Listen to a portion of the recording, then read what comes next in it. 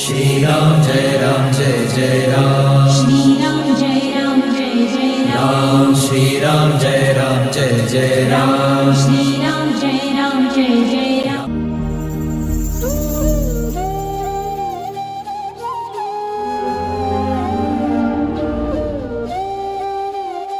श्रोतेहो, सद्गुरू श्री गोंदवलेकर महाराज यांच्या पुण्यतिथी महोत्सवानिमित्त त्यांच्या जीवनचरित्रावर आधारित विशेष कार्यक्रम ऐकूयात. चरित्रबोध. श्रोतेहो, सादरकर्त्या आहेत ज्येष्ठ प्रवचनकार सौ प्रमिला कुलकर्णी.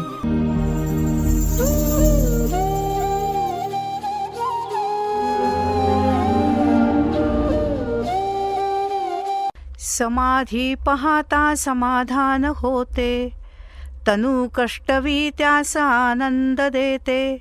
मनी भाविता कामना पूर्ण होती, नमस्कार त्या ब्रह्मचैतन्य मूर्ती.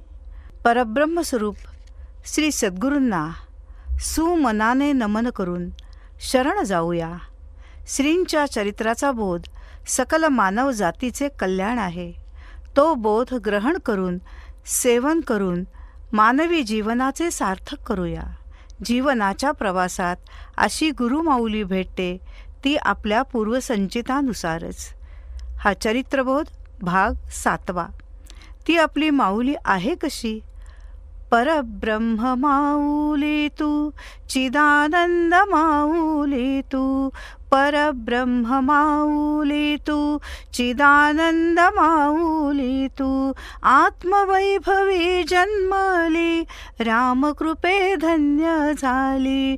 आत्मवैभवी जन्मली, रामकृपे धन्य झाली. परब्रह्म माऊली तू, चिदानंद माऊली तू. अशी ही आपली गुरुमाऊली. ती रामकृपा, रामप्रेम मिळाले की समाधान जीवनात आलेच. म्हणून श्री महाराज म्हणतात, ज्याच्याजवळ भगवंत आहे तोच खरा भाग्यवान होय. एकाने विचारले, आपण भाग्यवान कोणाला मानता? याचे उत्तर श्री महाराजांनी दिले. श्री म्हणतात, पैका पुष्कळ असणे, मानमरातब असणे ही काही भाग्याची खरी लक्षणे नव्हेत. भगवंताकडे आणि त्याच्या नामाकडे ज्याचे चित्त वळत नाही तो उत्तम प्रापंचिक असला तरी अभागीच समजावा. भगवंताच्या प्रेमामुळे आलेले समाधान हे खरे भाग्यवंताचे लक्षण होय. देवाच्या स्मरणाने असं काय मिळतं? असा प्रश्न विचारल्यावर श्री महाराज म्हणतात, परमेश्वर सर्वत्र आहे. त्याची अनुभूती फक्त त्याच व्यक्तीला येते ज्याची भावना भगवंताचरणी दृढ झाली आहे. बुद्धी देणारा देव तोच आहे. पण आपल्याला दुर्बुद्धी का येते? कारण स्मरण म्हणजे सद्बुद्धी आणि विस्मरण म्हणजे दुर्बुद्धी. जेव्हा आपण भगवंताला आठवतो तेव्हा आपल्या आतला प्रकाश जागा होतो आणि जेव्हा आपण भगवंताला विसरतो तेव्हा अंधार आपोआप पसरतो. श्री महाराज एक गोष्ट सांगतात, तुमचं आयुष्य नित्य दिवाळीसारखं उजळून जावं. उपाय खूप सोपा आहे. फक्त नाम जप करणं नाही, व्यवहार नीट करताना प्रत्येक कृतीत देवाचं अनुसंधान ठेवणं. जो मनुष्य नामस्मरण करतो तो नुसतं नामस्मरण करत नाही तर देवावरच उपकार करतो. अनुसंधान म्हणजे काय? मनाला एकाच विषयावर स्थिर ठेवणं म्हणजे अनुसंधान आणि बाकी सगळं विसरणं. या युगात कठीण साधनांनी साधायचं आहे ते फक्त अनुसंधानाने साध्य होतं आणि हाच खरा पुण्य मार्ग आहे. म्हणून महाराज शेवटी म्हणतात, प्रारब्धाचे भोग येऊ देत, पण तुझं अनुसंधान कधीही चुकू देऊ नकोस. हेच ते नाम जे प्रत्येक क्षणाला तुम्हाला देवाजवळ नेतं आणि आयुष्याला दिवाळीच्या प्रकाशासारखं उजळून टाकतं. कसं उजळून टाकतं. काळोखाच्या ओटीमध्ये ज्योत ज्योत उजळली. नाम म्हणजे काय आहे?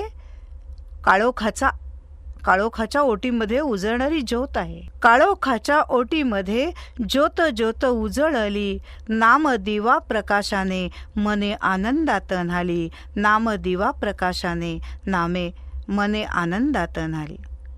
अशा भगवंताचे उतराई नाम घेण्यानेच होता येईल. एक गृहस्थ लहानपणी अतिशय गरीब होते. पुढे जीवनात ते चांगलेच यशस्वी झाले. ते श्री महाराजांच्या दर्शनास आले असता म्हणाले, महाराज, माझ्या अपेक्षेबाहेर माझी जी भरभराट झाली ती माझी कर्तबगारी नाही, भगवंताच्या कृपेनेच झाली, यात शंका नाही. आता काय केल्याने मी त्या भगवंताचा उतराई होईन? हा प्रश्न ऐकून श्री महाराज खूप प्रसन्न झाले. कारण त्याच्यामध्ये कृतज्ञता होती. भगवंतानी केलं हे सगळं आपलं यश, याची जाणीव त्याला होती. त्यामुळं श्री महाराज प्रसन्नतेनं हसले व त्याला म्हणाले, आपल्यावर ज्याने उपकार केले त्याच्याजवळ जी वस्तू नाही ती त्याला देणे म्हणजे खऱ्या अर्थाने उतराई होणे होय. जी वस्तू त्याच्यापाशी आहे तीच त्याला देण्यात फारसे स्वारस्य नाही. सर्व दृश्य वस्तूंची मालकी मूळ भगवंताचीच आहे. मग भगवंताची दृश्य वस्तूंची मालकी आहे तर त्याला दृश्य वस्तू देणे म्हणजे त्याचेच त्याला दिल्यासारखे घडते. त्याच्यापाशी जे नाही ते त्याला देणं योग्य आहे. दृश्य वस्तू त्याला नको आहेत. त्याच्यापाशी नाही अशी एकच वस्तू आहे, ती म्हणजे त्याला स्वतःवर प्रेम करता येत नाही. आपण त्याच्यावर मनापासून प्रेम केलं पाहिजे. त्याच्यापाशी नसलेली वस्तू त्याला दिल्यासारखी होते. मग भगवंतावर मनापासून प्रेम करणे शक्य होण्यासाठी त्याला शरण जावं. शरणांगती साधण्यास मी कोणी नाही, ही भावना निर्माण झाली पाहिजे. नामस्मरणाने ती निर्माण होते. म्हणून मनापासून नाम घेण्याचा अभ्यास करावा आणि लक्षात ठेवावे की गुरुरायाला तहान प्रेमाची, गुरुरायाला निस्वार्थी निरपेक्ष प्रेमाची, निष्काम प्रेमाची अपेक्षा आहे. निष्काम प्रेमच त्याला हवं आहे की जे दिसत नाही पण आहे. दृश्य वस्तू तर त्याच्याजवळ सगळ्याच आहेत. दृश्य वस्तू ह्या नाशिवंत आहेत. अक्षय राहणारं, शाश्वत असणार असं काय आहे तर आतून येणारं प्रेम. उमलावेही आतून असं सद्गुरूंना सांगायचं आहे. सतत नामस्मरणात राहिले म्हणजे संयोगाप्रमाणे वियोगातही भक्ती साधते. रामनवमीचा उत्सव संपल्यावर श्री महाराज बाहेरगावी जाण्यास निघाले.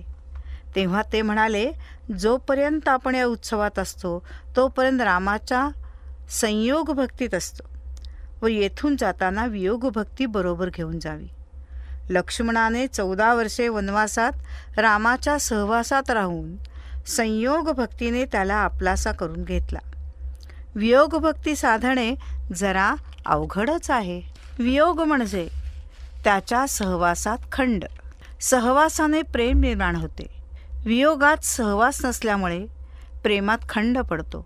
म्हणून भगवंताचे प्रेम आधी येणे जरूर आहे. प्रेम येण्यास नामस्मरण हाच एक मार्ग आहे. नामाने भगवंताचे प्रेम अवश्य लागते. ते नाम सर्वांनी घ्यावे. राम आठवावा, राम साठवावा, राम आठवावा, राम साठवावा, राम भिनवावा चित्तामध्ये. नामाचे चिंतन सुखाचे साधन, नामाचे चिंतन सुखाचे साधन, चिंतेचे वहन राम करी. हाच बोध श्रीरामांनी केला आहे. हाच बोध श्री महाराजांनी केला आहे. आपण देवाचा जन्म का साजरा करतो? एका घरामध्ये बाहेरच्या खोलीत पोरे दंगामस्ती आणि आरडाओरडा करीत होती. त्यांना वाटलं आजोबा घरात नाहीतच. आजोबा घरात आहेत हे त्यांना माहीतच नव्हतं. आपण घरामध्ये आहोत ही जाणीव त्या पोरांना करून देण्यासाठी खाकरा आलेला नसतानाही आजोबा नुसते खाकरले. ते ऐकल्याबरोबर पोरे लगेच गप्प बसली.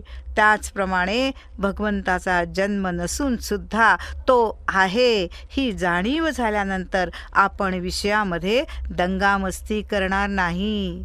विषय तर आपल्याला चिकटलेलेच आहेत आणि तो विषय बेताने भोगू. खरं म्हणजे भगवंत काल होता आणि उद्या राहणारच, म्हणून त्याचा जन्म न करता वाढदिवस करायला पाहिजे. रामनामाचा गजर होई भक्तीचा जागर. रामनामाचा गजर होई भक्तीचा जागर. रामनामाचे ज्ञान जीवन पुण्याईचे दान. जीवन पुण्याईचे दान. असं श्री महाराजांचं चरित्रबोध आहे की नाम सर्वश्रेष्ठ आहे. आपला राम देवघरात किंवा मंदिरात नसून तो प्रत्येकाच्या हृदयात आहे हे जाणून त्याप्रमाणे व्यवहारात वर्तन व्हावे. रामनामाचे प्रेम उत्पन्न व्हावे. भक्तिभाव वाढावा. भक्तीमध्ये भाव महत्त्वाचा आहे. आपापसात प्रेमभाव निर्माण व्हावा. हा उद्देश रामनवमी उत्सवाचा आहे. प्रत्येक वर्षाच्या जन्माबरोबर रामनामाच्या प्रेमाची वाढ होऊन त्यामुळे मिळणाऱ्या आनंदात अधिकाधिक भर पडावी. उत्सवात मजा करणे हा हेतू नाही. त्यातला हेतू प्रपंचात भगवंत आणणे हा आहे. भगवंताच्या स्मरणात राहणे व प्रपंचात भगवंत आणणे हा उत्सवाचा शेवट आहे. राम करता ही भावना दृढ होऊन मन रामनामात जास्तीत जास्त रमणे हीच रामजन्म साजरा केल्याची फलश्रुती होय. राम करता मी करता नाही. जे घडतं ते रामाच्या कृपेनं घडतं. राम सगळं घडवतो ही भावना दृढ होण्यासाठी रामजन्म साजरा करायचा असतो. म्हणून श्रीरामाच्या नामाची आस लागावी आणि ही भावना निर्माण व्हावी की श्रीरामाच्या चरणी वाहते भाव फुलांची रास. श्रीरामाच्या चरणी वाहते भाव फुलांची रास. अन्य मागणे दुजे न काही तुझीच रामास. तुझीच रामास ही आस रात्रंदिवस लागली पाहिजे. अशी मनाची अवस्था रामनवमीच्या उत्सवाने झाली पाहिजे ही श्री महाराजांची इच्छा आहे. नामधारकाने टाळावयाच्या गोष्टी. आपले विचार स्वार्थाचे नसावेत. स्वार्थामध्ये अभिमान नेहमी जागृत असतो. स्वार्थी मनुष्याला जगात सुख मिळणे कधीही शक्य नाही. नीतीची बंधने पाडून परस्त्री माते समान माना. प्रपंचात एकपत्नी व्रताने राहणारे लोक ब्रह्मचारीच होत. परद्रव्याचा अभिलाष धरू नका. त्याला विष्ठे समान माना. परनंदा ही अत्यंत त्याज्य गोष्ट आहे. परनिंदेमध्ये दुसऱ्याच्या दोषाचे चिंतन होत असल्या कारणाने ते दोष आपल्याकडे येत असतात. परनिंदेने नकळत आपण आपलाच घात करत असतो. परनिंदा करू नये आणि आपल्या स्तुतीत आपण रंगून जाऊ नये. नामधारकाने रंगावे तर नामामध्ये दंग व्हावे. नामामध्ये रंगून जावे. सगळे दोष आपोआप गळून जातील. नाम हेच सर्व दोषांवर औषध आहे. म्हणून नामात गुंतता उरली ना चिंता. नामात गुंतता उरली ना चिंता. काम क्रोध रिपू निमाले सर्वथा. काम क्रोध रिपू निमाले सर्वथा. नामात तल्लीन हरपुन भान. मोहमाया भ्रम नुरे त्याचे स्थान.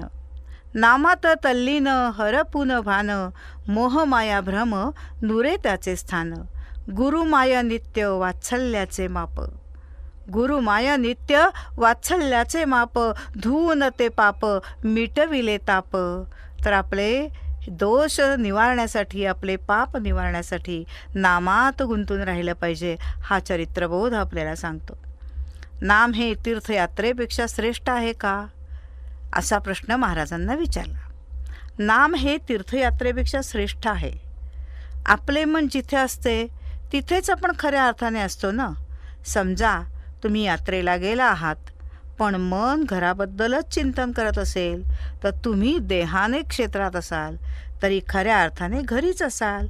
अंतरंगामध्ये बदल होण्यासाठी यात्रा करायची असते पण त्याला श्रम, पैसा, आपली प्रकृती, तब्येत वगैरे गोष्टी अनुकूल असाव्या लागतात. नाम हे घर बसल्या अंतरंग बदलण्याचा अनुभव आणून देते. नाम घ्यावे अशी बुद्धी होण्यासाठीच यात्रेला जायचे असते. यात्रेला जाऊन जर नाम घेणे न शिकला तर ते जाणे व्यर्थ गेले म्हणावे लागेल. तीर्थयात्रेत अशी अवस्था झाली पाहिजे की मन गर्भाचे स्पंदन ऐकून, मन गर्भाचे स्पंदन ऐकून अनुभूतीतून ओढ लागली. मन गर्भाचे स्पंदन ऐकून शब्दांनीही हात टेकले. मन गर्भाचे स्पंदन ऐकून शब्दांनीही हात टेकले. अनुभूतीतून ओढ लागली. बाह्य तनूचे भान विसरले. बाह्य तनूचे भान विसरले. गाभाऱ्यातील मंद प्रकाशी अंतरंगी हे रंग रंगले. गाभाऱ्यातील मंद प्रकाशी अंतरंगी हे रंग रंगले. देवत्वाचा वास खरोखर आत्मसुख तेजाने उजळे. देवत्वाचा वास खरोखर आत्मसुख तेजाने उजळे. अशा गाभाऱ्यातील मंद प्रकाशाने स्वतःला विसरून गेलं पाहिजे. देहभान विसरलं पाहिजे. तर ते नाम श्रेष्ठ नाम होय. म्हणून तीर्थयात्रेत जर मन गुंतलं नसेल, मन लागत नसेल, मन जर घरीच असेल तर तीर्थयात्रा व्यर्थ आहे, असं श्री महाराजांनी आपल्याला उपदेश केला आहे. खरा परमार्थ कोणता? भगवंता वाचून सत्यत्व प्रतीती येणे हा प्रपंच. खरा परमार्थ भगवंता वाचून सत्यत्व प्रतीती येणे हा प्रपंच. भगवंता वाचून सत्यत्व प्रतीती येणे हा प्रपंच व सर्वत्र भगवंतच आहे अशी प्रतीती येणे हा परमार्थ. आपण आपली सुधारणा करणे आवश्यक आहे. आपण मीपणाने भरलेले आहोत. तो मीपणा जाऊन आपल्यातील परमात्मा आपल्याला दिसला पाहिजे. आपण प्रत्येकजण त्या परमात्म्याचे अंश आहोत, म्हणजे आपल्या प्रत्येकामध्ये परमात्मा आहे. तो प्रथम दिसल्यावर मगच सर्वत्र भगवंत दिसेल, म्हणजे परमार्थ होईल. सर्वत्र भगवंत दिसण्याकरता स्वतःची दृष्टी बदलली पाहिजे. किंबहुना वृत्तीत फरक पडणे हाच खरा परमार्थ. मीपणा जाऊन स्वतःमध्ये भगवंत दिसण्यासाठी सद्गुरूंचे लेकरू झाले पाहिजे. गुरु तुझ्या द्वारी आले लेकरू होऊनी, सांभाळ तू माय आता पोटाशी धरुनी. लेकरू हे द्वाड भारी, चित्त थाऱ्यावर नाही, मार्ग तू दावी आता हृदयी धरुनी. असं कळवळून म्हणलं पाहिजे आहे. शरणांगत भावनेनं म्हटलं पाहिजे. तेव्हा कृपाळू, कनवाळू, दयाळू माऊलीच्या दृष्टीने आपल्यात परिवर्तन होईलच होईल. शरणांगती सर्व त्याच्यामुळे आहे. ही खरी भावना झाली तर इतर साधने नकोत. ती होण्यास आपणच आड येतो. तो मीपणा साधनाने जातो. शरणागती म्हणजे मी नाही, तू आहेस, तुझ्यामुळे मी आहे. शरणांगतीच्या आड मीपणा येतो. तो कर्तेपणात आहे. कर्तेपणा मरण्यास प्रसंगाची, घटनांची फार मदत होते. आजचा काळ शरणांगतीला उत्तम आहे. कारण विद्वत्तेला किंमत नाही, व्यक्तीचे सामर्थ्य राहिले नाही, कोठलीच शक्ती कामाला येत नाही. म्हणून शिल्लक राहिली काय? शरणांगती. ती फार सोपी आहे. ज्याला जगाची हाव मोठी त्याला कठीण आहे. ज्याला पोटापुरतेच पाहिजे त्याला कमीच नाही. मी शरणांगतीने जाईन व शेवटी भगवंत म्हणूनच बाहेर येईन. किती छान सांगितले महाराजांनी. मी शरणांगतीने जाईन व शेवटी भगवंत म्हणूनच बाहेर येईन अशी भावना ठेवावी, असे श्री महाराज सांगतात. मूल्याधिष्ठित, चारित्र्य संपन्न जीवनाचा ठसा श्री महाराज सर्वांवर उमटवत आहेत. श्री महाराज दिसत नाहीत पण ते आहेत, हे सत्य आहे. सूक्ष्म रूपाने ते साधकांच्या भक्तात वावरत आहेत. शरणांगतांच्या उद्धारासाठी रामाला शरण जावं आणि रामाला म्हणावं, रामा शरण तुला आले, शरणांगत हे भाव दाटले गहीवरून आले.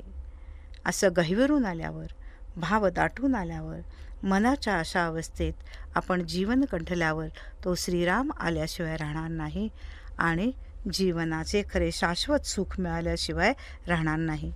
आपल्या जीवन प्रवासात श्रीराम सिद्ध आहे. भक्तिप्रेम, भगवंताची भक्ती म्हणजे प्रेम. परमेश्वराशी एकजीव होण्यासारखे प्रेम लागले पाहिजे. नदी समुद्राला मिळाल्यानंतर नदी राहत नाही. गोपी अशिक्षित होत्या, पण त्यांच्या इतके भगवंताला कोणीही आपलेसे केले नाही. ते प्रेम पाहिजे. ते प्रेम लागले तर कशाचे प्रेम लागणार नाही. शबरीने रामाला जे प्रेम दिले ते प्रेम पाहिजे. राधेने कृष्णाला प्रेम दिले ते प्रेम पाहिजे. मीरेने श्रीकृष्णाला प्रेम दिले ते प्रेम पाहिजे. श्री महाराजांनी रामाला प्रेम दिले ते प्रेम पाहिजे. महाराजांच्या तनूला कुठल्याही जागी जर कान लावला तर राम नाम ऐकायला येते. जनाबाईला भगवंत मदत करत असे. भगवंताला शुद्ध अंतःकरण व आनंदता व स्मरण पाहिजे. त्याला प्रपंच सोडणे आवडत नाही.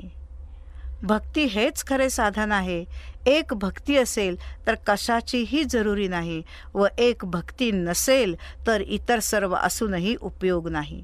भक्ती म्हणजे भगवंताबद्दल अत्यंत नितांत प्रेम, म्हणजे मन सर्वस्वी तिकडे लागणे. आपले मन इतके चंचल व विखुरले गेले आहे की ते भगवंताकडे लागायला तयारच होत नाही. मन भगवंताकडे लागण्यास त्याला कोंडून ठेवलं पाहिजे, त्याच्यावर ताबा मिळवला पाहिजे. शिकारीत जनावर मारतात तसे आपण मनाला मारले पाहिजे. गोपींनी श्रीकृष्णाला सखा मानले. तो सखा त्यांच्या चित्तात भिनला. श्रीरामाला सखा मानले पाहिजे असे श्री महाराज सांगतात. राम सखा रामा वीण नाही दूजा. रामचरणाची आस रामचरणाची आस. राम माझा श्वासोश्वास राम माझा श्वासोश्वास. असा राम श्वास बनला पाहिजे असे श्री महाराज सांगतात. आणि हा चरित्रबोध विश्वकल्याणाचा आहे. संधिकाल भगवंताच्या स्मरणाला चांगला असतो. पहाटेची वेळ भजन पूजनाला स्मरणाला फार चांगली असते. दुपारी जेवण झाल्यावर तर सर्वात वाईट वेळ. ती सुस्तीची वेळ असल्याने बुद्धी वाईट असते. सकाळच्या वेळी भगवंताची प्रार्थना करावी. ती खरी होण्याची शक्यता असते. अनुसंधान राहील अशी मागणी भगवंताजवळ सकाळीच करावी. बुद्धी स्थिर व्हायला सकाळच्या वेळेचा उपयोग करून घ्यावा असा श्री महाराजांचा चरित्रबोध सांगतो. नामस्मरणात उठणारे विचारांचे काहूर म्हणजे षड्रिपूंना नोटीस पोचल्याचे चिन्हच असं श्री महाराज म्हणतात. नामाचा अभ्यास करणारी एक सधन बाई होती. तिला घर भाड्याचे मासिक उत्पन्न बऱ्यापैकी होते. तिने श्री महाराजांना एकदा विचारले, आम्ही जेव्हा प्रपंचातली एखादी गोष्ट करतो तेव्हा आमचे मन त्या गोष्टीशी संबंध असणाऱ्या इतर गोष्टींचे चिंतन करते, पण नाम घ्यायला बसले ना की मात्र नामाशी संबंध असणाऱ्या गोष्टीचे चिंतन मन करत नाही. नामाशी संबंध नसणाऱ्या अन्य विचारांचे काहूर मनात माजते. नामाकडे खरे लक्ष लागत नाही, त्यामध्ये यांत्रिकपणा येतो. नामात लक्ष गुंतवण्यासाठी सतत बळजबरी करावी लागते. त्यामुळे नाम सहज न होता त्याचा शीण येतो. यास काय करावे? यावर बाईंचे कौतुक करून श्री महाराज म्हणाले, बाईंनी खरं ते सांगून टाकलं. महाराजांपासून काहीच लपवलं नाही. महाराज म्हणाले, जो कोणी नामाचा अभ्यास करतो तो कमी भाग्याचा समजू नये. उगीच कोणी लुंगासुंगा नामात बसू शकत नाही. ज्याचे पूर्वसंचित चांगले असते व गुरुने ज्याचा अंगीकार केलेला असतो तोच नामाचा अभ्यास करण्यास पात्र होतो. आपण नामाला बसलो म्हणजे आपल्या शरीरातील षड्रिपूंच्या 6 बिराडांना नोटीस मिळते की त्यांची आता हकलपट्टी होणार. त्या भाडेकरूंना असे वाटते की शरीर जर नामाला लागले तर आज ना उद्या आपल्याला बिराडाची जागा रिकामी करायला लागेल. ज्याच्या हातात भाड्याची रीतसर पावती असते त्याच्याकडून जागा रिकामी करून मिळणे व्यवहारात किती अवघड असते. जागा आपल्याला पाहिजे असेल तर कोर्टात फिर्याद करून सुद्धा निकाल बहुधा भाडेकऱ्यांच्या बाजूने लागतो. व्यवहारात जर अनुभव येतो तर या 6 भाडेकऱ्यांच्या हातात जन्मोजन्मीच्या आपल्या भाड्याच्या पावत्या आहेत. ते गुण्यागोविंदाने जागा रिकामी करतील हे कसे शक्य आहे? त्यांना नोटीस पोचली की आपल्याला जागा रिकामी करायला लागू नये म्हणून ती 6च्या 6 बिराडे जे षड्रिपू तुम्हाला नामापासून परावृत्त करण्यासाठी बंड करून उठतात. जेव्हा तुम्ही प्रपंचाचे काम करीत असता तेव्हा त्यांना असली काही भीती नसते म्हणून ती शांत असतात आणि 6ही जणांचे बंड पुकारले गेले म्हणजे स्वाभाविकच विकारांचे काहूर माजते. त्याला उपाय असा की विचारांचे काहूर माजले म्हणजे या साही बिराडांना नोटीस पोचून ती मनातल्या मनात घाबरली आहेत ही खुणगाठ बांधावी. म्हणजे काय करावे? नाम जरी ते षड्रिपू आले तरी नाम घेतच राहावे. म्हणजे हे षड्रिपू आतल्या आत घाबरगुंडी उडेल त्यांची. या जाणीवेने मनास हुरूप येईल तसेच नेटाने नाम घेत जावे. नाम घेता घेता पुढे विचारांचे काहूर माजडे आपोआप कमी होते. विकारांना एक ना एक दिवस घर खाली करावे लागते. त्यांनी घर रिकामे केले की आपल्या जवळच पलीकडे असलेला भगवंत आपल्याला दिसतो, त्याचे दर्शन होते, आत्मसाक्षात्कार होऊन आपले काम होऊन जाते. म्हणूनच हा चरित्रबोध देणाऱ्या सद्गुरूंना प्रार्थना करूया. ऐसे करी गुरुदेवा मुखी राम ध्यावे मना. ऐसे करी गुरुदेवा मुखी राम ध्यावे मना. रोम रोमी नामामृत करी तृप्त रस पाना. रोम रोमी नामामृत करी तृप्त रस पाना. अशी प्रार्थना करूया आणि भगवंताचेच होऊन राहूया. आणि पुढे काय व्हावे? नाम जर घट्ट अंतःकरणात रुजायचं असेल तर बहिर्मुखता जाऊनी यावा अंतर्नाद कानी. बहिर्मुखता जाऊनी यावा अंतर्नाद कानी. बाह्य जगाची मिथ्यता मुरावी रे अंतःकरणी. बाह्य जगाची मिथ्यता मुरावी रे अंतःकरणी. अशी प्रार्थना आपण सद्गुरूंना केल्यानंतर सद्गुरू नामाचं वेड आपल्याला नक्कीच लावते. एक जण श्री महाराजांना मधून भेटे. श्री महाराज दरवेळी त्याला नाम घेत जावे असे सांगत. एकदा तो म्हणाला, महाराज स्नान झाल्यावर मी न चुकता 2 स्तोत्रे म्हणतो. मग आणखीन नाम कशाला हवे? स्तोत्र म्हटलं म्हणजे झालं ना.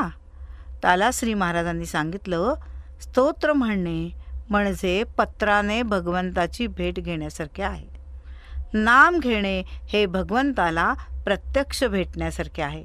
किती छान सांगितलं ना. स्तोत्र म्हणणे म्हणजे पत्राने भगवंताची भेट घेण्यासारखे आहे, तर नाम घेणे हे भगवंताला प्रत्यक्ष भेटण्यासारखे आहे. भेटीला येई देव नामी रंगतो जो भक्त. भेटीला येई देव नामी रंगतो जो भक्त. त्याचे प्रपंचाचा भार स्वये पेलतो भगवंत. त्याचे प्रपंचाचा भार स्वये पेलतो भगवंत. जो नामात रंगला त्याला भेटायला देव आपोआप येतो. प्रपंच कर्तव्य म्हणून मनापासून करावा, पण मन प्रपंचात नसावे. प्रपंच मनापासून पण कर्तव्य बुद्धीने करावा, पण मन प्रपंचात नसावे. हे श्री महाराजांचे म्हणणे ऐकून एका भक्ताने विचारले, हा दुहेरी व्यवहार एकाच मनाला एकदम कसा करता येईल? त्यावर श्री महाराज म्हणाले, माणसाला मन एकच असले तरी त्याची 2-4 अंगे एकदम काम करत असतात. नुकतेच लग्न झालेला माणूस काम करत असतानाच आपल्या पत्नीच्या चिंतनात असतो. गोंदवल्यास येऊन देखील कार्यक्रमात भाग घेत असतानाही तुम्हाला आपल्या मुलाबाळांची घरादाराची आठवण चालूच असते ना. मग त्याच मनाला प्रपंचाच्या गोष्टी करत असताना तितक्या तादात्म्याने भगवंताची आठवण ठेवायला शिकवणे अशक्य आहे का? प्रपंचाच्या गोष्टी करत असताना भगवंताची आठवण का येऊ नये? हा एक अभ्यास आहे. प्रपंचातल्या गोष्टी करता करता मुखाने भगवंताचे नाम सतत घ्यावे, हाच तो अभ्यास. नाम स्मरता व्हावे कार्य कर्तव्याचा हो जागर. नाम स्मरता व्हावे कार्य कर्तव्याचा हो जागर. सावधानी हो व्यवहार वचन नसावे कठोर. असं श्री महाराजांनी प्रत्यक्ष आचरणातून प्रपंच आणि नाम यांची सांगड घालून आपल्यासमोर आदर्श ठेवला आहे. नाम भिनावे रोमरोमी नाम रुजावे अंतरंगी. नाम भिनावे रोमरोमी नाम रुजावे अंतरंगी. शुद्ध अंतःकरणापाशी नाम जागावे सर्वांगी. नाम जागावे सर्वांगी. हेच श्री महाराजांनी सिद्ध करून दाखवलं आहे आणि तोच बोध आपल्याला श्री महाराजांनी आणि रामांनी पाजलेला आहे. एका जिज्ञासूने श्री महाराजांना विचारले, की ज्या जन्मी आत्मज्ञान होते त्या जन्मी माणसाच्या मनाची अवस्था कशी असते. श्री महाराज म्हणाले, मनुष्य योनी किती उत्तम निधान आहे, संधी आहे, याची त्याला जन्मापासून पूर्ण कल्पना असते. आयुष्य किती महत्त्वाचे आहे आणि एक एक क्षण किती मोलाचा आहे याची त्यास जाणीव असते. अशा वेळी मोठ्या कष्टाने व प्रचितीनंतरच सद्गुरूंची भेट होते. सद्गुरूंची भेट झाल्यावर तो अनुसंधानात स्थिरावतो. मग प्रत्येक गोष्ट करताना ही सद्गुरूंना आवडेल का नाही आणि आपल्या अंतकाळी ते उपकारी होईल किंवा नाही याचा विचार करूनच तो ते करतो. जिज्ञासूने पुढे विचारले, मनुष्य जन्माच्या महत्त्वाचा वरचेवर विसर पडतो. ती जाणीव सतत राहण्यास काय युक्ती करावी. यावर श्री महाराज म्हणाले, एकंदर 84 लक्ष योनी आहेत. मनुष्य जन्म सोडून इतर साऱ्या योनीमध्ये वाणीची देणगी नसते. ती फक्त मनुष्य जन्मातच आहे. तेव्हा भगवंताने आपल्याला वाणी दिली आहे याची जाणीव सतत ठेवावी. ती वाणी भगवंताला व्हायची असते, म्हणजे सतत नामस्मरण करणे हेच होय. सतत नामस्मरण केले म्हणजे सर्व साधते एवढे लक्षात ठेवावे. नामस्मरणाचे स्पंदन देई चैतन्याचे दान. नामस्मरणाचं महत्त्व काय आहे पहा.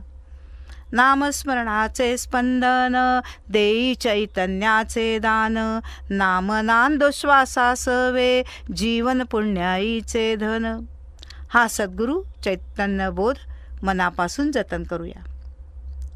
एक मुलगा श्री महाराजांना म्हणाला, महाराज, इतर देव मला आवडतच नाहीत, पण आपण मला देव आहात आणि आपणच मला आवडता आणि आपण मला भेटलात, मग नाम कशाला घ्यायचे. त्यावर श्री महाराज म्हणाले, तुझे म्हणणे अगदी खरे आहे, बरोबर आहे, पण मी तुला जिवंत पाहिजे ना. नाम हा माझा प्राण आहे, म्हणून तू नाम घेत जा. खरंच गुरुवाणीत जगावे, चित्तामध्ये शांत व्हावे. गुरुवाणीत जगावे, चित्तामध्ये शांत व्हावे. समर्पण भावनांचे गुरुचरणी वहावे. समर्पण भावनांचे गुरुचरणी वहावे.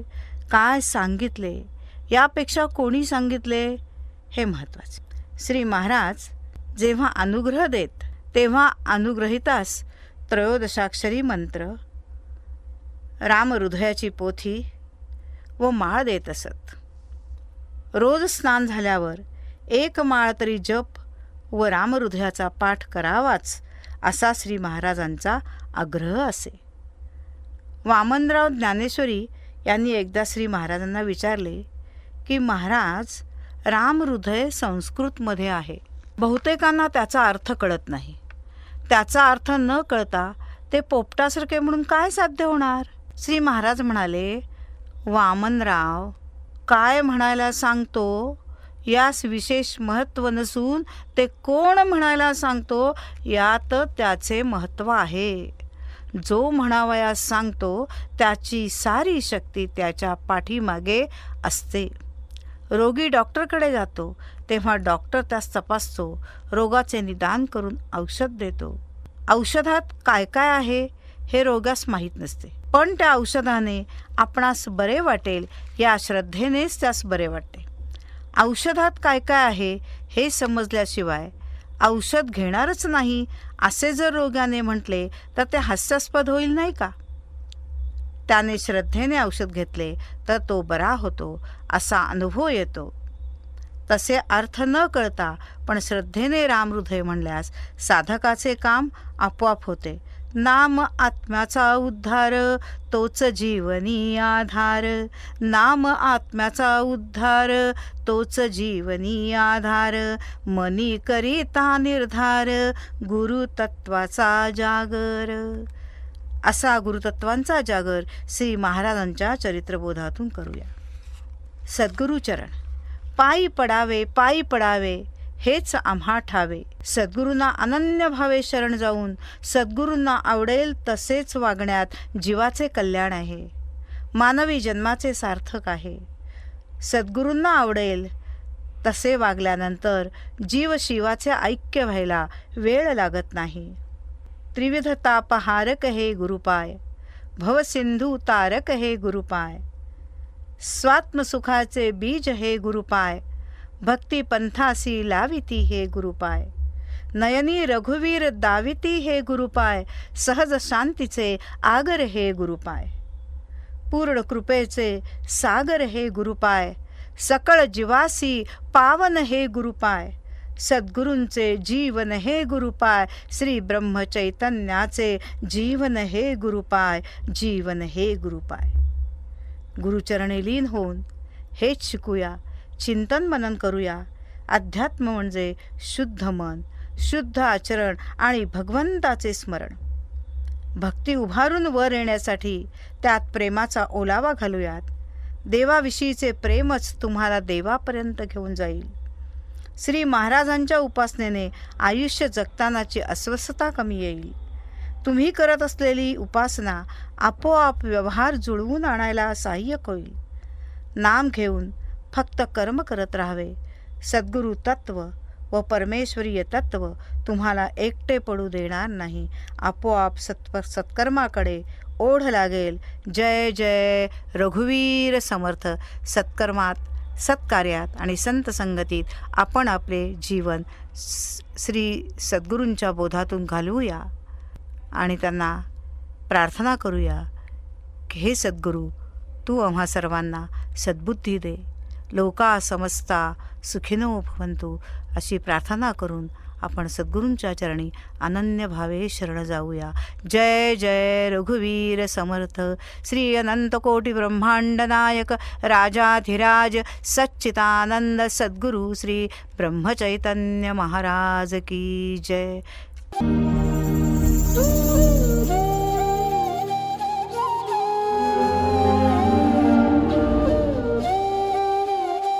श्रोतेहो, आत्ताच आपण आनंद घेतलात चरित्रबोध या कार्यक्रमाचा.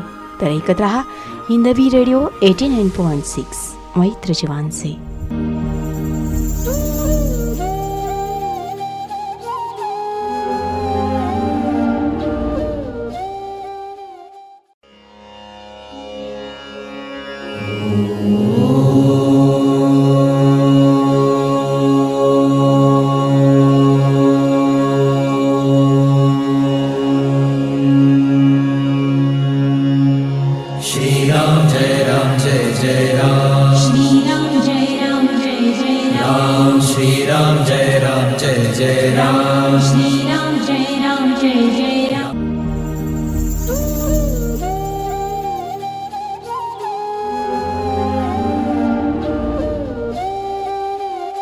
श्रोते हो, सद्गुरू श्री गोंदवलेकर महाराज यांच्या पुण्यतिथी महोत्सवानिमित्त त्यांच्या जीवनचरित्रावर आधारित विशेष कार्यक्रम ऐकूयात.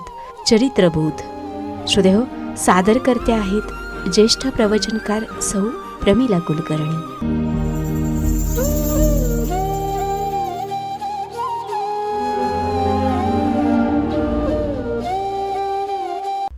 श्री अनंत कोटी ब्रह्मांड नायक राजाधिराज सच्चिदानंद सद्गुरू श्री ब्रह्मचैतन्य महाराज की जय. श्री ब्रह्मचैतन्य गोंदवलेकर महाराज चरित्रबोध भाग 8. बहु अज्ञ जीवान प्रति उद्धरिले, तसे नास्तिका सत्पथा लाविले. समस्तामुखे नाम हे बोलवीती, नमस्कार त्या ब्रह्मचैतन्यमूर्ती. सद्गुरू साधकाला आहेर देतात. कुठला आहेर? गुरु साधकाला देती नामामृताचा आहेर. गुरु साधकाला देती नामामृताचा आहेर. प्राशन त्या करताना पडे देहाचा विसर. नाम आत्म्याचा उद्धार, तोच जीवनी आधार. नाम आत्म्याचा उद्धार, तोच जीवनी आधार, मनी करिता निर्धार, गुरु दर्शन साकार. नाम ज्ञान एक होता, सारा आनंद सागर. नाम ज्ञान एक होता, सारा आनंद सागर. आत्मसुखाची पर्वणी, गुरु तत्वाचा जागर. गुरु अनुग्रह देती, अनुसंधानी रहावे. गुरु अनुग्रह देती, अनुसंधानी रहावे. नित्य नाम ध्यानी मनी, कर्मयोगात रमावे. नित्य नाम ध्यानी मनी, कर्मयोगात रमावे. ठेवा शाश्वत सुखाचा, गुरु घरचा आहेर. ठेवा शाश्वत सुखाचा, गुरु घरचा आहेर. जीवे भावे स्वीकारावा, लाभे अलौकिक सूर. जीवे भावे स्वीकारावा, लाभे अलौकिक सूर. असा हा गुरुघरचा आहेर शाश्वत सुखाचा ठेवा आहे, आणि तो जर स्वीकारला तर एक वेगळा आनंदाचा अलौकिक सूर जीवनात मिळाल्याशिवाय राहत नाही. श्री महाराज सांगतात, श्रीरामाच्या हास्यमुखाचे ध्यान करावे. मन शुद्ध आहे ना हे तपासून पाहावे आपणच आपले. आपल्या हातून चुकीचे कर्म घडत नाही ना हे आपणच पाहावे. नाम घेऊन अनुसंधानात राहावे. अनुसंधानात राहावे म्हणजे उठता बसता जाता येता नामाला सोडू नये. चहा पिताना सुद्धा म्हणावं, माऊली चहा प्यायला ये. श्रीरामा चहा प्यायला ये. बघ मी ही भाजी करते, तुला आवडेल ना, असं रामाला विचारावं. अनुसंधान चुकवू देऊ नये. श्रीरामाला रोज प्रार्थना करावी, मी जे जे कर्म करते ते तुला अर्पण करते. तुझ्या इच्छेतच माझी इच्छा आहे आणि तुझ्या चिंतनातच मला आनंद आहे, असे म्हणून सतत अनुसंधानात राहावे. श्रीरामाचे लीला प्रसंग आठवत राहावेत. सगळ्यात महत्त्वाचे, सद्गुरूंच्या स्मृतीत प्रत्येक कर्म त्यांना सांगून करत राहावे. हे खरंच जर मनापासून केलं ना तर आपली व्यावहारिक आसक्ती, विषय भोगण्याची इच्छा, विकार आणि वासना आपोआपच कमी होत जातील. मग जे गरजेचं आहे तेच खरेदी केल्या जाईल.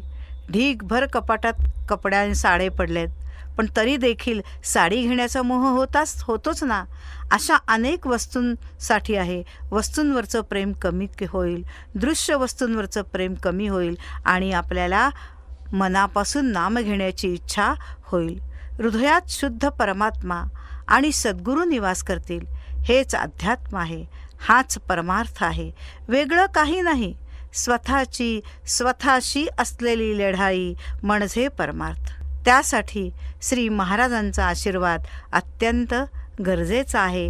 त्या श्री सद्गुरूंना, श्री महाराजांना आपण शरण जाऊन आपले प्रत्येक कर्म त्यांना सांगून करूया. प्रत्येक कर्मामध्ये आपण भगवंताला पाहूया. जेवताना सुद्धा ताट वाढून घेतल्यानंतर, हे श्रीरामा, हे सद्गुरू, माझ्याबरोबर जेवायला या. पहिला घास त्या सद्गुरूला भरवावा, पहिला घास त्या श्रीरामाला भरवावा आणि नंतर आपण अन्न सेवन करावे. नाम चैतन्यमय, नाम चैतन्यमय आहे. प्रत्यक्ष श्री महाराज म्हणजेच नाम आहे. आपण स्वतः एक चैतन्य आहे. त्यामुळे नामाने आतमध्ये एक प्रतिक्रिया उमटते. ते नामाचं चैतन्य आपल्यामध्ये येते. चैतन्याचं चैतन्याशी कनेक्शन जाणवतं. त्याला सद्गुरू कृपा म्हणतात. हे जन्मोजन्मीचे ऋणानुबंध असतात. श्री महाराज आपली काळजी जन्मोजन्मी घेतात, तात्पुरती घेत नाहीत. त्यामुळे नाम जास्तीत जास्त घेत राहावं. आई दुसरीकडे कामाला जायची असेल तर आपलं मूल ती कुणाच्या तरी ताब्यात देऊन जाते, पण महाराज मात्र आपल्याला कुणाच्याही ताब्यात देत नाहीत. ते सतत आपल्याबरोबर असतात. म्हणून त्यांचं नाम हे चैतन्यमय आहे. ते घेतल्यानं चैतन्याचं चैतन्याशी नातं जुळतं. परीक्षा श्री तुकामाईंनी श्री महाराजांच्या ज्या परीक्षा घेतल्या त्या श्री महाराजांना पेलवण्यासारख्या होत्या. श्री महाराज आपली परीक्षा घेतात ती आपल्याला पेलवेल अशीच. आपल्याला ती कठीण वाटते, कारण श्री महाराज मागे आहेत हे आम्ही विसरतो. आम्ही एकटे नाही आहोत आणि महाराज बरोबर आहेत ही भावना पक्की होत गेली की तशी कुठलीच परीक्षा कठीण वाटत नाही. मी भगवंताचा आहे स्वतःला सांगत जावे. कोण आहे माझं? या जगात कुणी नाही माझं असं न म्हणता कोण आहे माझं असा प्रश्न उभा राहिल्यावर म्हणावं महाराज आहेत माझे हे उत्तर आलं पाहिजे, श्रीराम आहेत माझे असं उत्तर आलं पाहिजे. ही अशी अवस्था होईल तेव्हा परीक्षा कठीण राहत नाही. ही भगवंताची लीला आहे हे समजतं आणि त्याच्याबद्दलची आमची भावना आणखी दृढ होते. आमची भावना भरून येते, गहिवरून येतं आणि हे श्री महाराज कसे होते? श्री महाराज आपल्या गुरूंप्रती निःशंक होते. श्री महाराजांना झाडाची पानं तोडायला सांगितली आणि परत ती पानं चिकटवायला सांगितली. आता तुम्ही सांगा, एकदा तोडलेली पानं पुन्हा चिकटवली जातील का? हे महाराजांना काही माहीत नव्हतं का की एकदा तोडलेलं पान पुन्हा चिकटवलं जात नाही? पण गुरुबद्दल त्यांना शंकाच नव्हती की गुरूंनी सांगितलंय ना ते पान चिकटलं जाणार, ही दृढ श्रद्धा होती. त्यामुळं महाराज कसे होते? आपल्या सद्गुरूंच्या प्रती निःशंक होते. म्हणून त्यांनी तोडलेली पानं पुन्हा त्या झाडाला ते जोडू शकले. एका कवीनं म्हटलं आहे, गुरु प्रती निःशंक तू दृढ निष्ठेची मूर्त तू. गुरु प्रती निःशंक तू दृढ निष्ठेची मूर्त तू.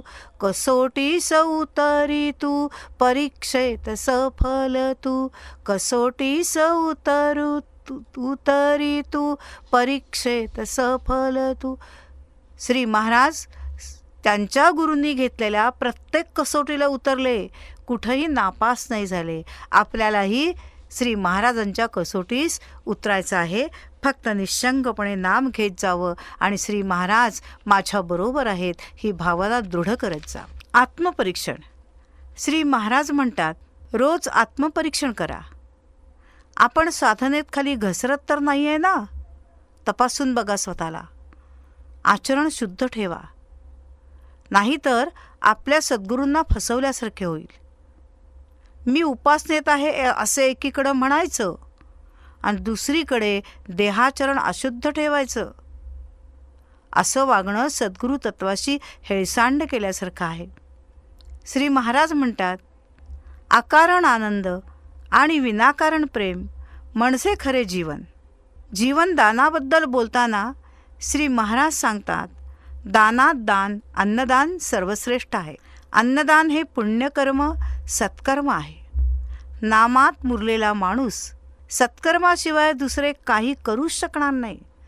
जो नामात गुंतला आहे, जो नामात रंगला आहे, त्याला सत्कार्य, कर्म, सदिच्छा, सत्संग सोडून कधी जातच नाहीत. आपण मनाने व्यापक व अनंत झालो तर आपला आनंद असीम होईल आणि श्री सद्गुरूंच्या सान्निध्यात त्या आनंदाला सीमाच राहत नाही. हे नातंच काहीतरी वेगळं आहे, सद्गुरू आणि शिष्याचं नातं. माझा माणूस निस्वार्थी प्रेमाने भरलेला असावा. सर्वात जास्त महत्त्व श्री महाराजांनी अन्नदानाला दिलं आहे. अन्नदान आणि जे शिष्यांप्रती जे नातं आहे तर सर्वश्रेष्ठ नातं त्यांनी कसं होतं याचं सांगितलं. तर आता अन्नदान सर्वश्रेष्ठ का? श्री महाराजांनी काय सांगितले पाहूया. अन्नदान करणाऱ्याच्या 21 पिढ्यांचा उद्धार होतो. अन्नदान सर्व दानात श्रेष्ठ दान आहे. अन्नदानाच्या पुण्याईमुळेच राजा रतिदेवास स्वर्गलोकाची प्राप्ती झाली. अन्नदान करणारा शिवलोकात जातो. तिन्ही लोकात अन्नदानासारखे श्रेष्ठ दान नाही. अन्नदान करणारा वास्तविक प्राणदान करणारा असतो. अन्नदान हे असे दान आहे जेथे दाता आणि भोक्ता असे दोघेही प्रत्यक्ष रूपात संतुष्ट होतात, आनंदी होतात. इतर सर्व दानांचे फळ अप्रत्यक्ष असते, पण ह्या दानाचे फळ प्रत्यक्ष समोर दिसते. जोपर्यंत दान देणारा वा दान घेणारा यांना तहान भुकेच्या भावनेचा अनुभव येत आहे तोपर्यंत अन्नदानापेक्षा श्रेष्ठ असे दुसरे कोणतेही दान नाही. दान तात्काळ करावे, यथाशक्ती यथासामर्थ्य दान करावे. अन्नदानासाठी दिले जाणारे धन कमी होत नाही, ते नित्य वाढतच जाते. जसे विहिरीतील पाणी काढल्याने अधिक स्वच्छ होऊन पाण्याचा साठाही वाढतो, त्याप्रमाणे अन्नदाता परमात्मा आहे. त्याचे स्मरण ठेवून अन्न खावे. म्हणूनच वदनी कवल घेता नाम घ्या श्रीहरीचे, सहज हवन होते नाम घेता फुकाचे. जीवन करी जीवित्वा अन्न हे पूर्ण ब्रह्म, उदर भरण नोहे जाणीजे यज्ञ कर्म, ते यज्ञ कर्म आहे. असं म्हणून त्या संपूर्ण अन्न देवतेला नमस्कार करून आपण ते सेवायला सुरुवात करतो, त्याचे सेवन करतो. चवीला बळी न पडता जरूर असेल तेव्हा आणि तेवढेच खाणे, याचे नाव सात्विक आहार. आता कांद्याची भजी म्हटलं की तोंडाला पाणी सुटतं, वडापाव म्हटलं की तोंडाला पाणी सुटतं, गाभुळलेली चिंच दिसली की तोंडाला पाणी सुटतं. पण तसं चवीला बळी न पडता खाणे आणि बोलणे याच्यावर आपल्याला ताबा ठेवता आला पाहिजे.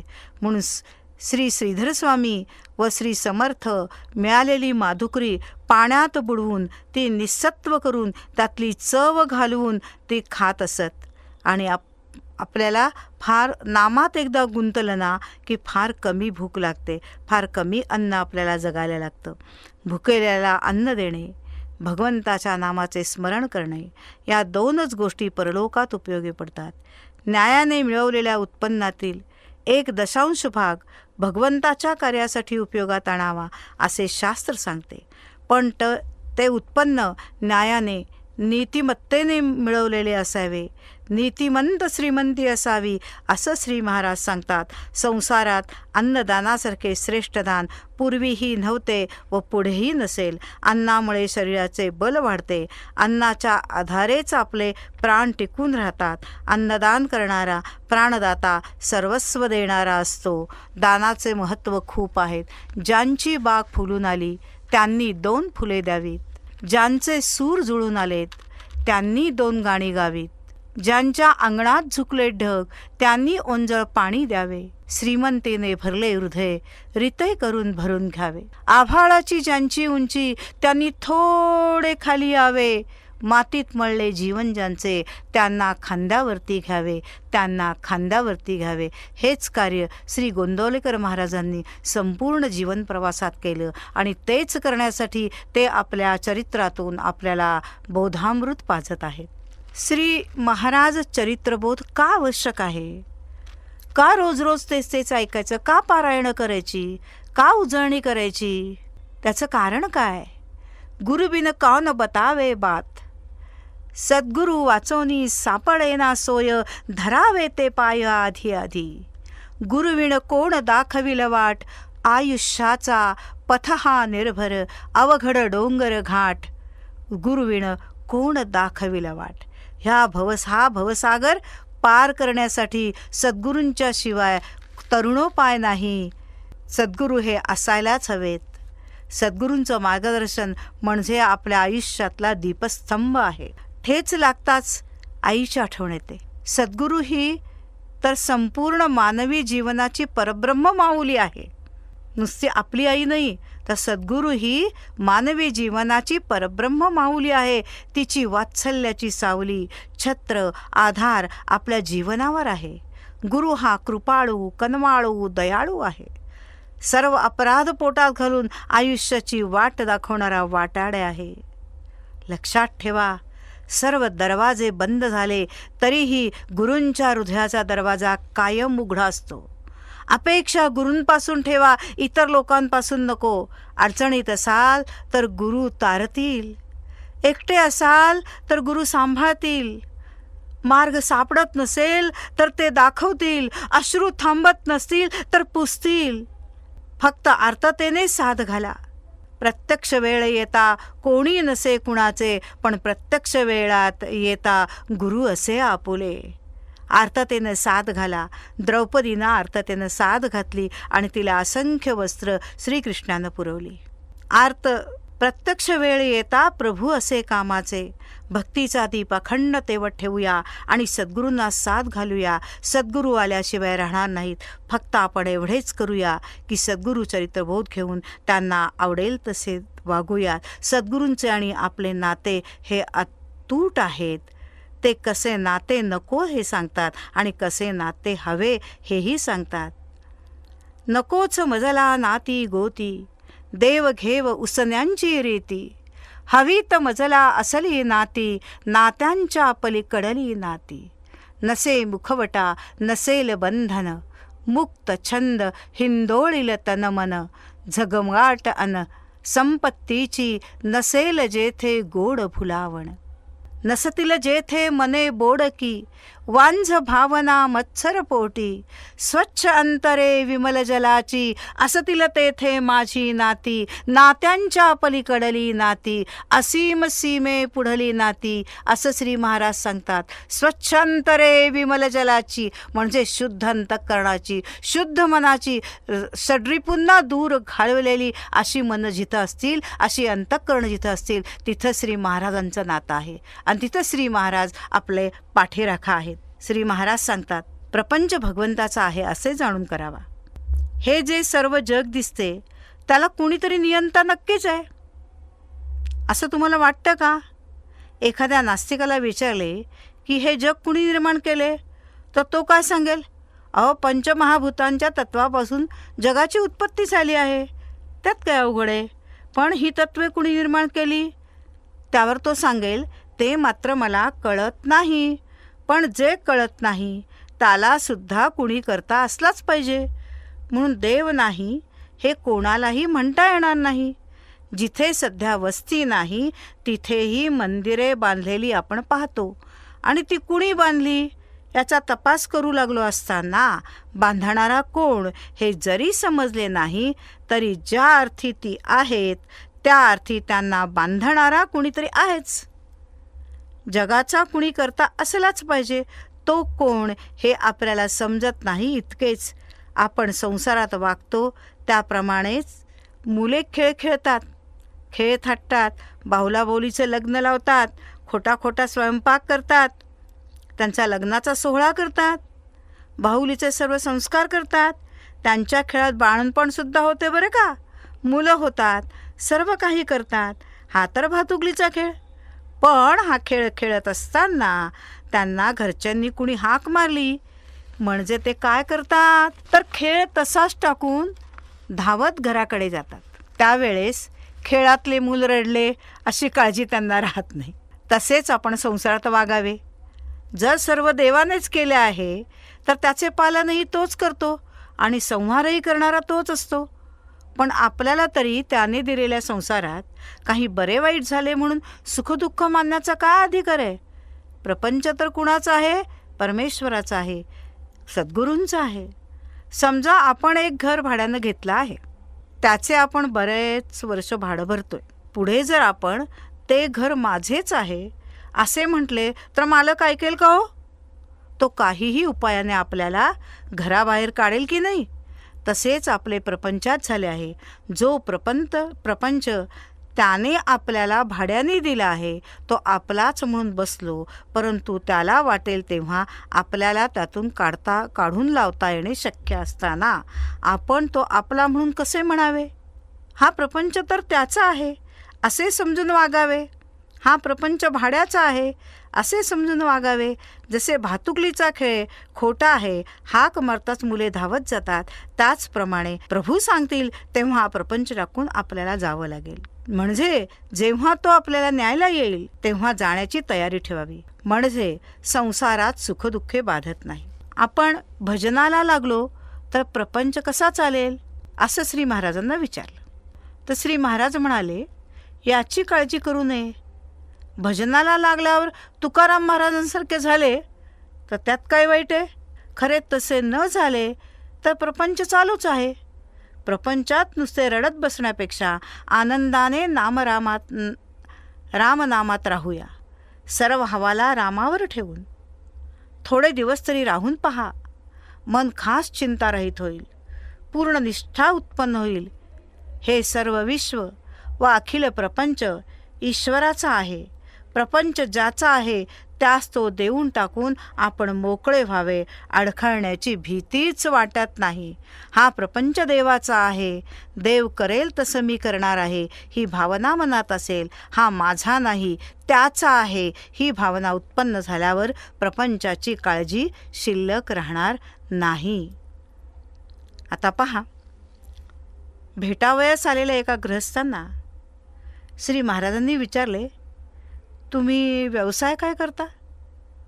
ते गृहस्थ म्हणाले, धार्मिक व आध्यात्मिक ग्रंथाचे प्रकाशन. त्यावर श्री महाराज म्हणाले, अरे वा, फारच छान. ही परमेश्वराची एक प्रकारची सेवाच आहे ना. पोटासाठी प्रत्येकाला काहीतरी उद्योग करावाच लागतो. तुमचा व्यवसाय फारच छान आहे.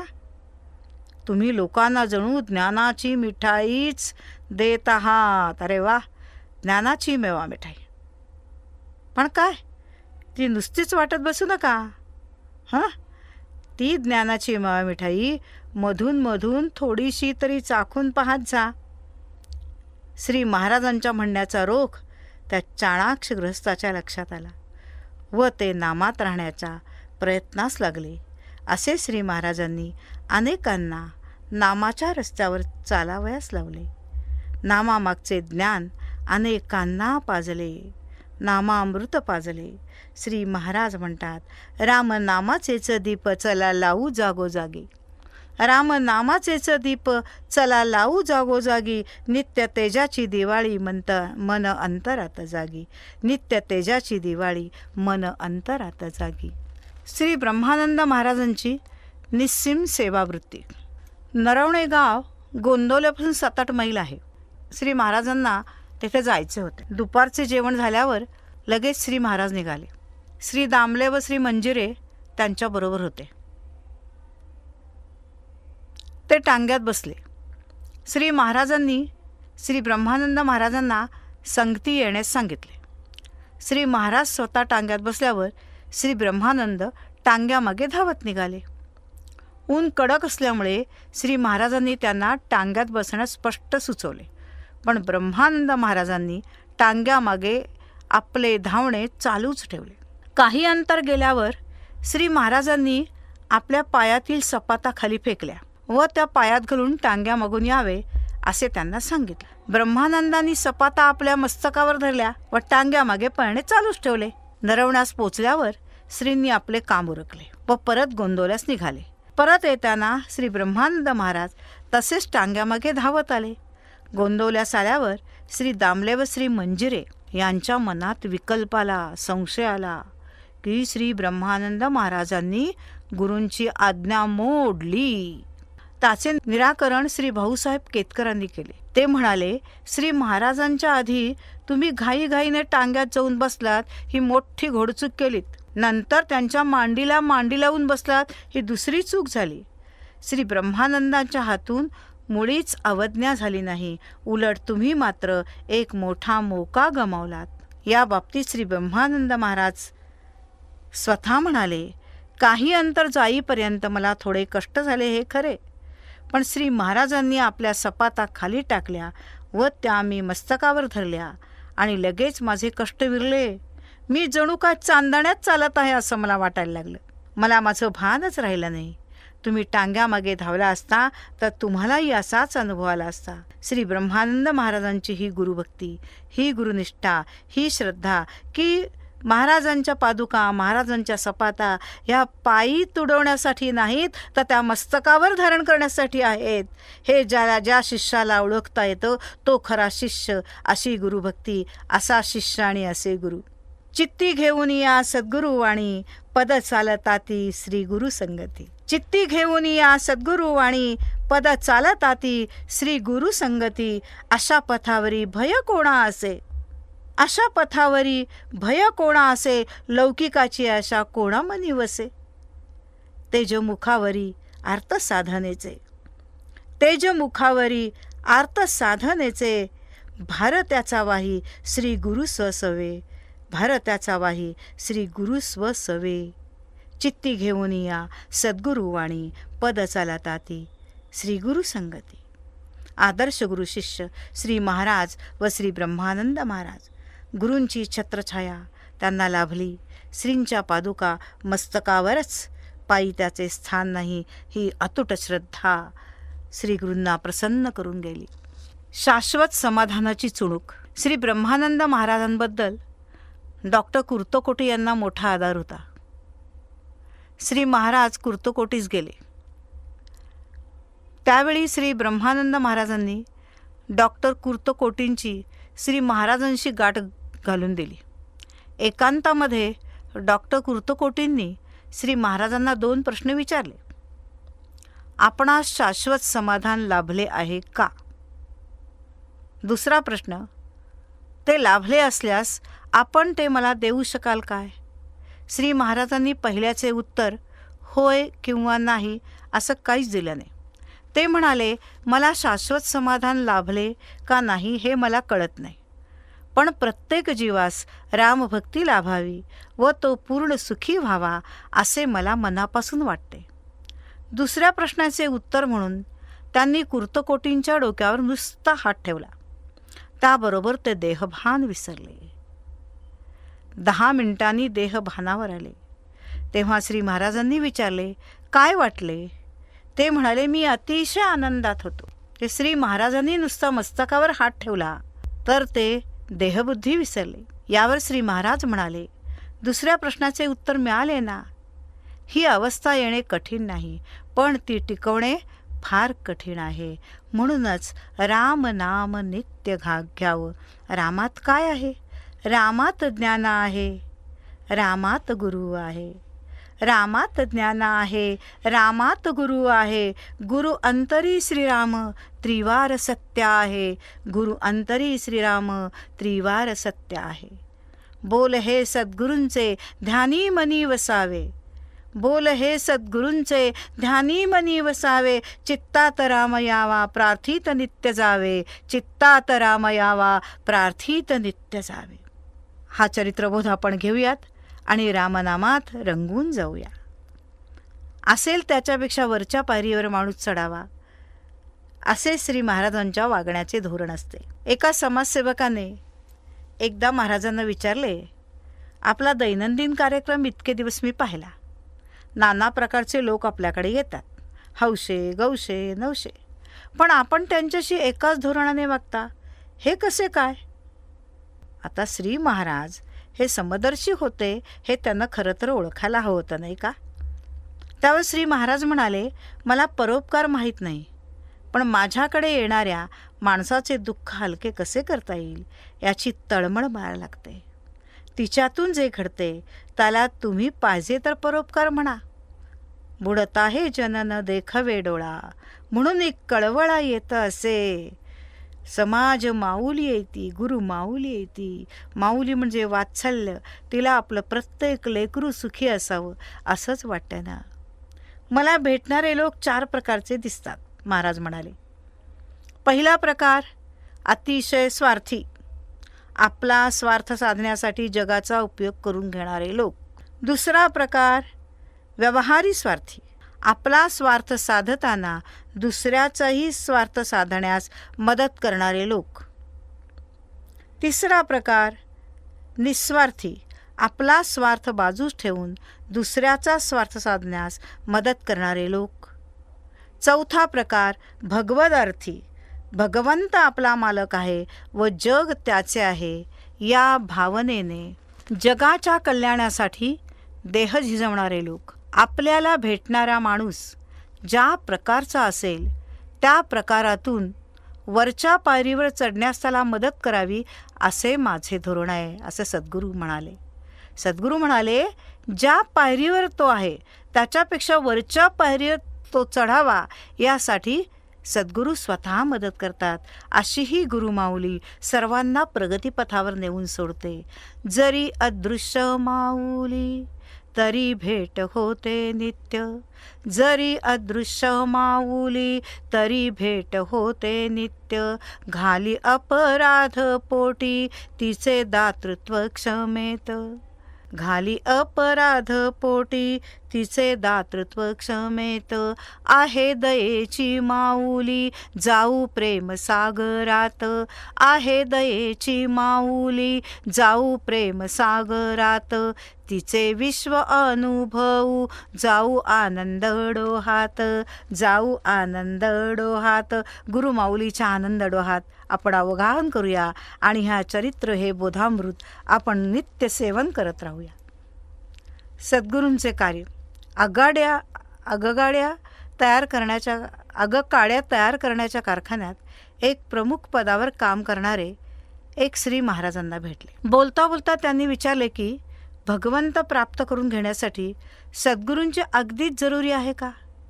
श्री महाराज म्हणाले, असे पहा, आगगाड्या तयार करण्यासाठी वापरता ते लाकूड विशिष्ट गुणधर्माचे लागते, होय ना? नंतर त्याच्यावर विशिष्ट प्रक्रिया करून ते कमवावे लागते, बरोबर आहे ना? आणि मग त्याच्या काड्या चिरून त्या मेणात बुचकळाव्या लागतात. त्याचप्रमाणे भगवंताच्या प्राप्तीकरता दीर्घकाळ उपासना करून मन भक्तिभावाने भरून टाकावे लागते. तुम्ही तुमच्या काड्यांना गंधकाचे गूळ लावता, त्याप्रमाणे साधकाच्या भक्तिभावाला तळमळीचे गूळ लावावे लागते. तळमळ, व्याकुळता, अधीरता लागते. पण गूळ लावलेली काडीसुद्धा नुसती इच्छा मात्र पेट घेत नाही. एक विशिष्ट वर्ख करून त्यावर ती घासावी लागते, तेव्हा ती पेट घेते. हे जरूर ते सर्व करून घेण्याचे काम कारखान्यात तुमच्या देखरेखीखाली होते. त्याप्रमाणे परमार्थातल्या सर्व पायऱ्या चढून जायला सद्गुरूंचे मार्गदर्शन आणि सहाय्य जरूर असते. गुरुबिना कौन बतावे बात. सद्गुरू व उपास्य दैवत हे एकरूपच असतात. प्रथम भेटीतच श्री तात्यासाहेब केतकर यांचा श्री महाराजांवर नितांत निस्सीम अनन्य असा भाव बसला. तो आला, त्यानं पाहिलं आणि त्यानं जिंकलं. त्यानंतर लवकरच श्री महाराजांनी तात्यासाहेबांना एका खोलीत बोलावून श्रीरामाची मानसपूजा नित्य करीत जावे असे सांगितले.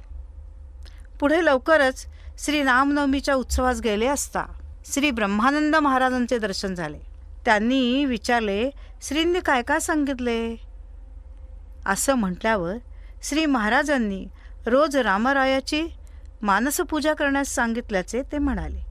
त्यावर श्री ब्रह्मानंद म्हणाले, श्री महाराज प्रत्यक्ष रामच आहेत. रामाची मानसपूजा करण्यापेक्षा श्री महाराजांचीच मानसपूजा करीत जा, कारण महाराजच राम आहेत. ती परब्रह्म माऊली आहे. परब्रह्म माऊली तू, चिदानंद माऊली तू, परब्रह्म माऊली तू, चिदानंद माऊली तू, आत्मवैभवी जन्मली, रामकृपे धन्य झाली. परब्रह्म स्वरूप श्री महाराज आहेत. नियमाने नामस्मरण करणाऱ्या एक बाई मोठ्या करारी कर्तबगार होत्या. एकदा एका क्षुल्लक प्रसंगावरून त्या संतापल्या आणि त्यांच्या तोंडाचा पट्टा सुरू झाला, तोफखाना सुरू झाला. इतक्या बडबडालेल्या, इतक्या संतापाच्या भरात त्यांचा आवाजही चढलेला होता. तेवढ्यात श्री महाराज तेथे सहज आले. त्यांना पाहिल्याबरोबर मात्र बाईंचे तोंड बंद झालेच आणि त्या एकदम चरकल्या आणि त्यांच्या डोळ्यात अश्रू दाटले.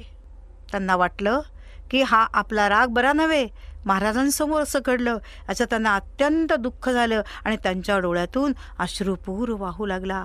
त्या म्हणाल्या, महाराज या रागाला मी काय करू, तो असा घात करतो. श्री महाराज म्हणाले, गंगूताई रागाचे व षड्रूपांचे मूळ शोधून काढा.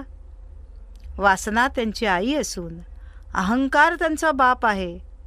येथे मौज अशी की दोघांपैकी एक जण मेला तर दुसरा आपोआप त्याच्या मागोमाग मरतो.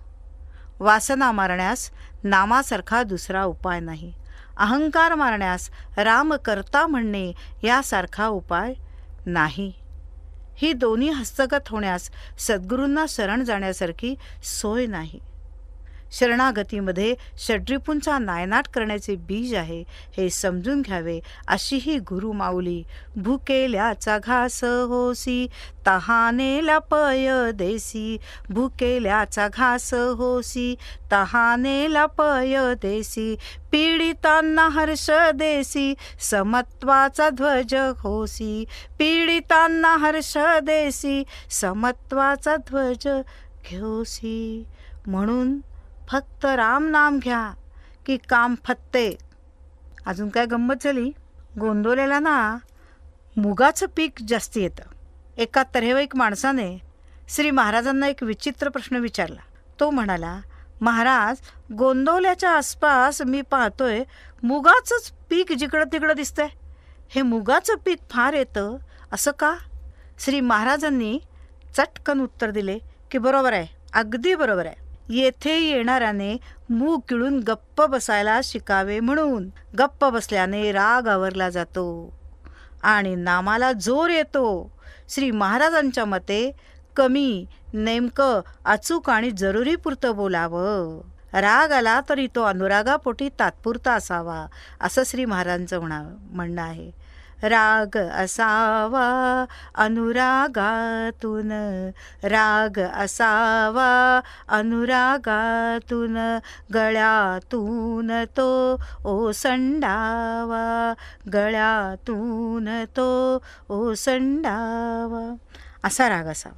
आता संत मायेशी कसे वागतात? अवतीभोवती माया आहेच. मलाच बक्षीस मिळवलं पाहिजे, मायाच आहे. दुसऱ्याचं यश बघवत नाही, मायाच आहे. ह्या मायेला दूर कसं सारावं? ह्या माशा मायेशी श्री महाराज कसे वागतात? श्री महाराज म्हणाले, समुद्रात एखादा ओंडका पडला आणि लाट आली की तो वर जातो आणि लाट खाली गेली की तो खाली जातो. समुद्र कितीही खवळला तरीही आपण त्यात बुडणारच नाही खास, अशी त्यास खात्री असते. तशी मायेनं कितीही लुडबुड केली तरी आपण मायेच्या अधीन जाता कामा नये. त्यामुळे तो अगदी निर्धास्त असतो ओंडका. हे जसे तसे संत मायेशी वागतात. अथवा समजा एक मोठा तलाव आहे. दुपारच्या वेळी आपण त्याच्या काठावरून चालत आहोत. आपल्याबरोबर आपली सावली त्या पाण्यातून चालते. आपली सावली पाण्यात पडली, सावली पाण्यातून चालली तरी आपण बुडालो असे काही आपण समजत नाही ना, किंवा भीतही नाही. प्रापंचिक माणूस या सावलीस खरे मानतो व पाण्यात मी बुडतो असा आरडाओरडा करून तरण्यासाठी धडपड करतो. सावली जशी खरी नाही तशी ही माया पण खरी नाही, अशी संतांना पूर्ण खात्री असते. मायेच्या आघाताने तो गडबडून किंवा घाबरून जात नाही. श्री महाराज म्हणतात, माया आहे त्या परिस्थितीत चैन पडू देत नाही. मायेचा स्वभावच असा आहे. वस्तू विपरीत दिसते माया असली की. माणसाचा अभिमान जागृत ठेवते ती माया. सतत सुखदुःख देते ती माया. अपयशाचं खापर दुसऱ्यावर ठेवते ती माया. ईर्षा, द्वेष, मत्सर वाढवते ती माया. यशाची काळजी करते ती माया. अभ्यास करण्याआधी खेळायला जावंसं वाटणं ती माया. संचय करते, सत्तेची अभिलाषा करते ती माया. आसक्ती असते ती माया. अहंकार, अभिमान असतो ती माया. मी कुणापासून तरी वेगळा आहे ही भावना निर्माण होते ती माया. स्थानाची अपेक्षा, मानाची अपेक्षा करणारी माया. दुसऱ्याचा यशाचा आनंद वाटत नाही. मायेची ही सगळी लक्षणं आहे. म्हणून श्री महाराज सांगतात, या मायेपासून सावध राहा आणि मायेपासून सावध राहण्यासाठी संतांचा संग करा. संतांपासून माया कोसो दूर असते. तेव्हा संत संग आपल्याला मायेपासून वाचवेल असं श्री गुरूंनी आपल्या चरित्रबोधातून सांगितलं आहे. गुरु माऊलीचं अकारण प्रेम. अगदी आई जरी झाली ना तरीसुद्धा ती आपल्या मुलावर माझं मूल म्हणून प्रेम करते. सद्गुरूंना असं काही कारणच लागत नाही. ते माझं असो कुणाचंही असो ते सर्वांवर प्रेम करतात. म्हणजे आपली आई आणि गुरु माऊली यात फरक आहे का नाही? श्री महाराज म्हणतात, म्हटलं तर तू माझं मूल आहेस, म्हटलं तर माझा भाग आहेस, म्हटलं तर माझा प्रेम आहे, प्राण आहेस. मी वेगळा नाही तुझ्यापासून. असं सद्गुरू समजतात, गुरु माऊली समजते. आईने जन्म दिला की आई आणि मूल वेगळं झालं. इकडे ही गुरु आई वेगळीच होत नाही, कायमची बरोबर आहे. आणि ते प्रेम कसं आहे याचा उद्धार व्हायला पाहिजे, यासाठी अखंडपणे धडपड करत असते गुरुमाऊली. आईला मूल लहान असलं तरी ती घरात काही करायचं असेल तर त्याला सोडून तिला जावं लागतं. पण ही गुरु आई आपल्याला सोडून जातच नाही. आम्हाला तयार करणारा जो कर्ता आहे तो त्या बनणाऱ्याच्या जीवामध्ये तेवढाच असतो. तयार करताना श्री महाराज आपले गुरु आहेत, तेच आमची सेवा करतात, पण जाणवू देत नाहीत की ते सेवा करता आहेत. केवढा मनाचा मोठेपणा, केवढी विशालता, केवढी भव्यता. श्री महाराज जाणवून देत नाहीत. तू अजून थोडा मोकळा हो, म्हणजे अजून माझं प्रेम तुला ओतता येईल तुझ्यावर. ते परत कशासाठी? तर माझाच उद्धार व्हावा म्हणून. हे प्रेम कशासाठी? तर भक्ताचा उद्धार व्हावा म्हणून, आपला उद्धार व्हावा म्हणून. त्यातून त्यांना काही मिळणार आहे का? नाही. हे असं निस्वार्थ निरपेक्ष प्रेम गुरुमाऊली करते. त्यांना काय देणार आपण, ज्यांना कसलीच कमी नाही, अशी ही माऊली आपल्या सर्वांना द्यायला असुसलीये. फक्त आपलं निरपेक्ष प्रेम त्या माऊलीला दिलं पाहिजे. माऊली असुसली आपल्या प्रेमासाठी, तहानली आपल्या प्रेमासाठी. म्हणून संतांनी वर्णन करून ठेवले की जगाचं शास्त्र एका दिशेनं असेल तर यांचं शास्त्र उलट दिशेनं चालतं. वाऱ्याच्या विरुद्ध जाळ्या चालल्यातच त्यांना मजा वाटते. केवळ आपल्या सर्वांचा उद्धार हाच एक उद्देश त्यामागे असतो. परोपकाराय सताम विभूती असं म्हटलं जातं. संतांच्या वागण्याला परोपकार शब्द योग्य नाही असे आपले मत सांगून श्री महाराज म्हणाले, परोपकार म्हणजे दुसऱ्यासाठी काहीतरी करणे. त्याचे 3 प्रकार आहेत. आपल्याला मोठेपणा मिळावा म्हणून, किंवा प्रसंग आला तर लोकांनी आपल्या उपयोगी पडावे म्हणून. हा उपकार खरा, पण परोपकार नाही. दुसरा प्रकार, जगात दुःख पुष्कळ आहे ते पाहवत नाही म्हणून. दुःखी माणसासाठी मनापासून, शरीराने व पैशाने झीज सोसणे याला खरा परोपकार म्हणावे. आपल्या हातून जगाचे चांगले व्हावे ही सद्बुद्धी परोपकाराचा प्राण आहे.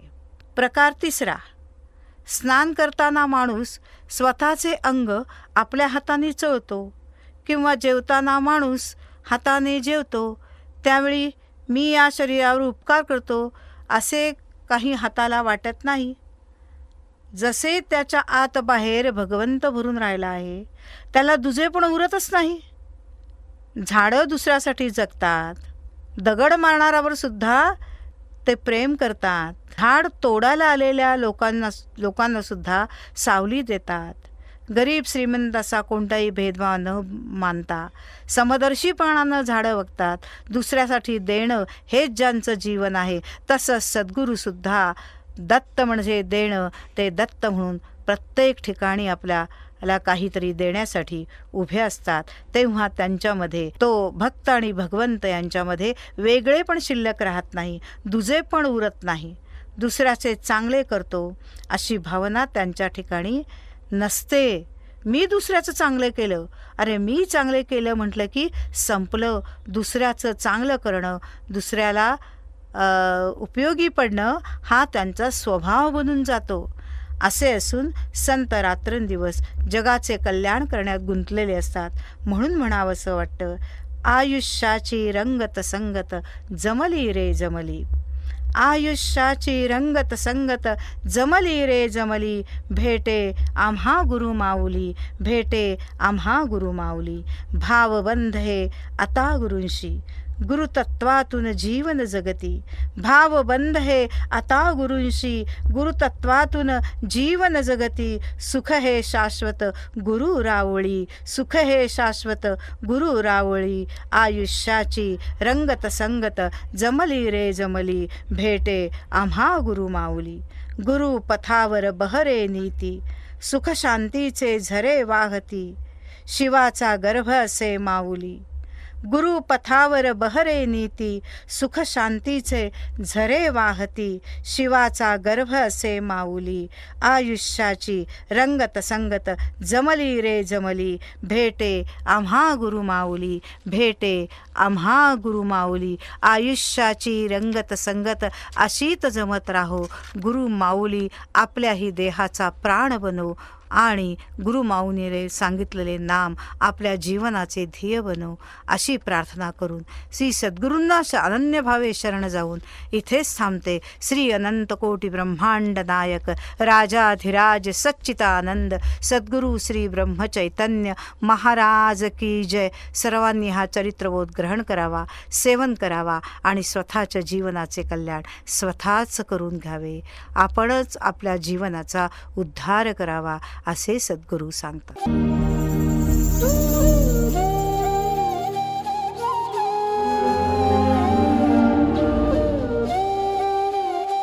श्रोतेहो, आत्ताच आपण आनंद घेतलात चरित्रबोध या कार्यक्रमाचा. तर ऐकत रहा हिंदवी रेडिओ 89.6 मैत्र जीवांचे.